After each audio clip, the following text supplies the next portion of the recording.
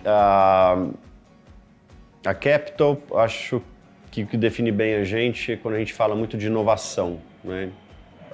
O que pra gente...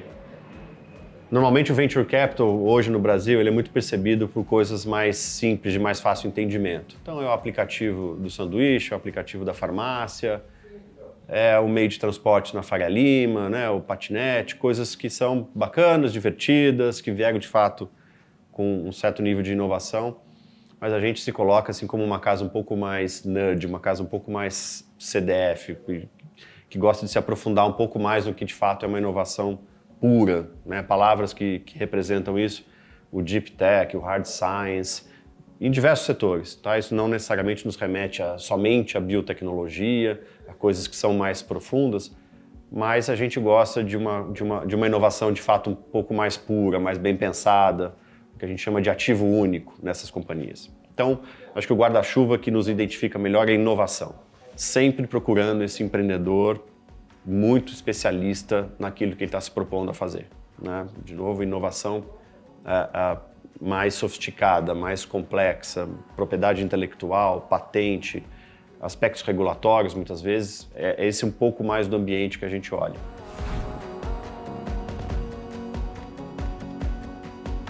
A gente é como se fosse uma casa, né? Nós somos artistas, que a gente tem aqui algumas ferramentas, algumas latas de tinta, dinheiro, empreendedorismo, ineficiências de setores, capital humano, pesquisa acadêmica. Combinação disso tudo para a gente são, né, as nossas obras de arte, que são as nossas empresas, os nossos fundos com as nossas empresas investidas.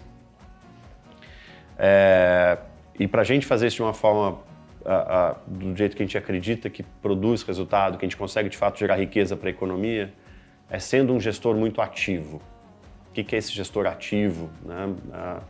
Do ponto de vista de uma gestora de venture capital? Para hoje, 100% do portfólio, historicamente, a gente sempre teve uma atuação próxima da empresa investida. Então, a gente é um investidor minoritário, como o venture capital tem que ser.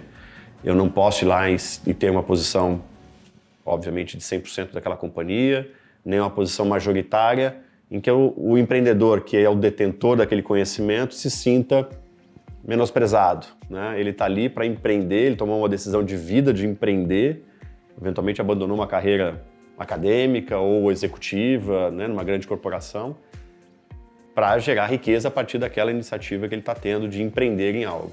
Então, se eu chego ali com uma posição muito majoritária naquela companhia, eu estou desestimulando esse empreendedor. Então, sim, eu tenho uma posição minoritária, de média 30% dos investimentos que a gente faz.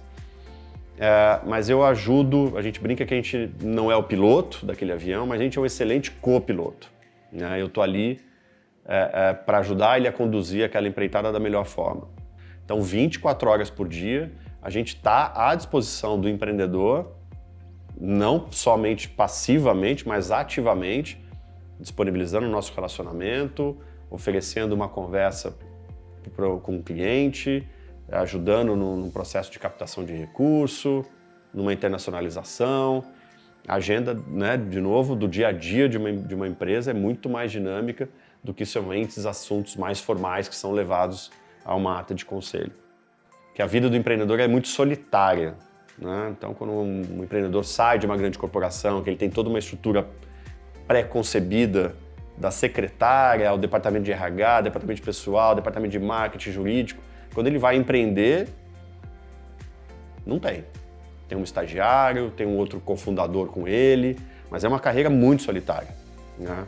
E isso é difícil, porque, de novo, ele mexe na família, mexe na poupança familiar, muitas vezes, mas a caixa de ferramentas para se tocar uma companhia, ela tem que ser completa, né? Vai do marketing, RH, coisas que são ali mais técnicas, que ele, eventualmente, tem como competência. Então, nessas ferramentas, muitas vezes, que estão faltando, e muitas vezes até a psicológica, né, de ter alguém ali para desabafar, poxa, estou num momento difícil com a minha família, empreender é mais longo do que eu imaginava, a gente faz esse papel, né? A ideia é que a gente sempre esteja ali muito próximo. Então, esse é o porquê da gente ter um time grande, que me ajuda não só a identificar essas boas oportunidades, mas me ajuda nessa agenda de estar muito, né, sempre à disposição do empreendedor.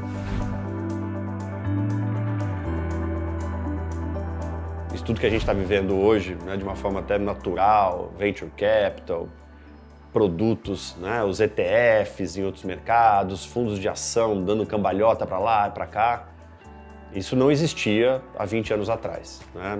Qualquer pessoa que tem 15 a 20 anos de mercado financeiro, o Brasil era um lugar muito preguiçoso, né? Era um lugar apático, né, do ponto de vista de produtos financeiros, de capacidade e de conhecimento dos investidores, e por um motivo supernatural e racional. Existia um negócio chamado renda fixa, que pagava um monte de dinheiro sem você ter que suar a camisa para entender sobre absolutamente nada.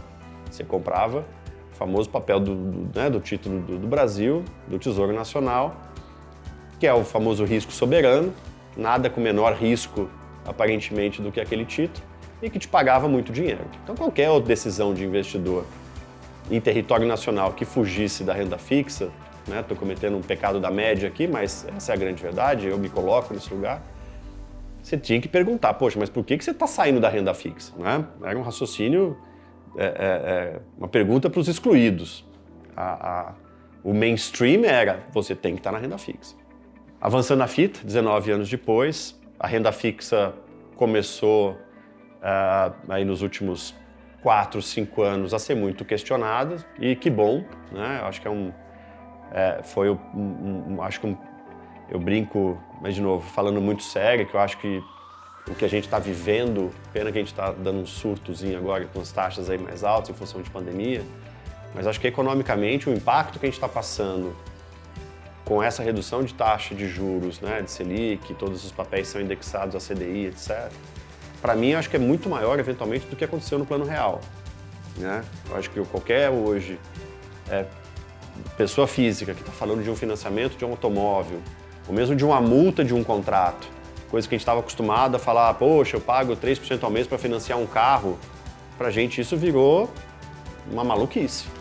Mas era 19 anos atrás, pô, esse 3 está barato, hein? Pega logo, senão você vai perder. A multa de 10% de qualquer contrato que a gente fazia era isso. Né? 2%, 1% ao dia, aquela coisa meio maluca. Qualquer contrato que hoje que aparece 10%, você fala, opa, pera, esse Brasil ficou para trás. Então, acho que a gente está vivendo uma desindexação também da economia, né? de investimento, que eu estava falando da renda fixa, mas de coisas muito triviais no nosso dia a dia, enorme. Ela é muito mais profunda, muitas vezes, do que eu comparo aqui no Plano Real, são coisas completamente distintas, mas eu acho que é um choque de realidade enorme para a economia brasileira. Né? A gente fala no mercado financeiro que o dinheiro não é burro. Ele procura retorno. Risco, retorno, mas ele procura, e ele é inteligente nisso, ele é rápido, ele é eficiente para isso. Então, o que aconteceu nesses últimos anos, que esse dinheiro começou a provocar investidores e gestores e todo mundo que tem a capacidade de criar produtos financeiros para atender a esse dinheiro que começou a olhar, né, o CDI lá atrás a 3%, 4%, quase que uma rentabilidade real zero, falou, o dinheiro eu preciso me multiplicar. Né? Ele é um animal aí darwinista e maluco por rentabilidade. Então foi o que a gente viu em empresas em IPO em bolsa, a enormidade de produtos vindo de diversos setores, de fundos imobiliários, crise, CRAs, né? Sendo oferecidos para CRA digital, CRA para investidores estrangeiros, crédito, né, de todo um leque para pessoas físicas, pequenas e médias empresas, enfim. O mercado deixou de ser preguiçoso, todos os atores do mercado, inclusive eu, gestor de Venture Capital, uma gestora de crédito, teve que ampliar a gama de produtos, prazos, taxas, tamanhos de ticket. A gestora de fundo de ações teve que inventar. As gestoras de fundo quantitativo, como é que eu uso tecnologia para fazer leituras de uma enormidade de dados. Então o Brasil está deixando cada vez mais de ser preguiçoso. Ele está se acostumando a tratar esse dinheiro que está se movimentando de um lugar único para um lugar muito mais pulverizado em termos de produto.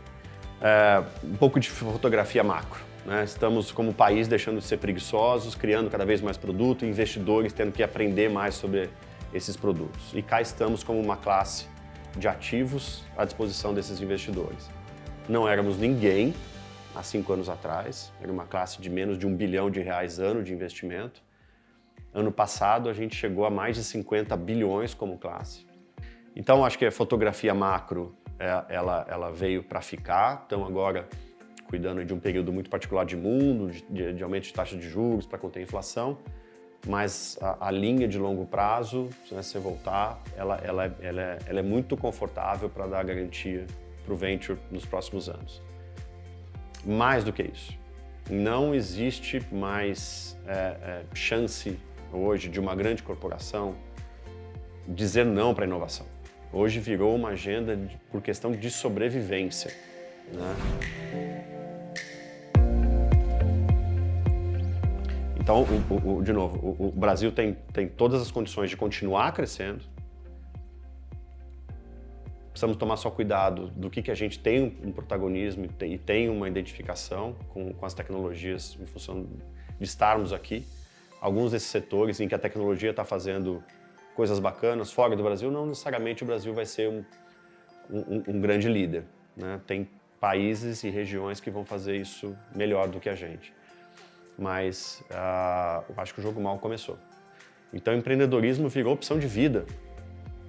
E esse empreendedor é uma máquina que ninguém segura, né? O empreendedor com fome, com vontade, é uma potência difícil de se achar, né? Assim, na vontade humana. Assim, é muito maluco quando você pega um empreendedor comprometido, comprado na ideia, é uma força incontrolável, né? Então, acho que essa é uma das grandes fontes que a gente tem, né? Enquanto houver empreendedorismo de qualidade, de um lado, e demanda por inovação e tecnologia por empresas e pessoas, o Venture Capital está aqui para fazer o trabalho dele.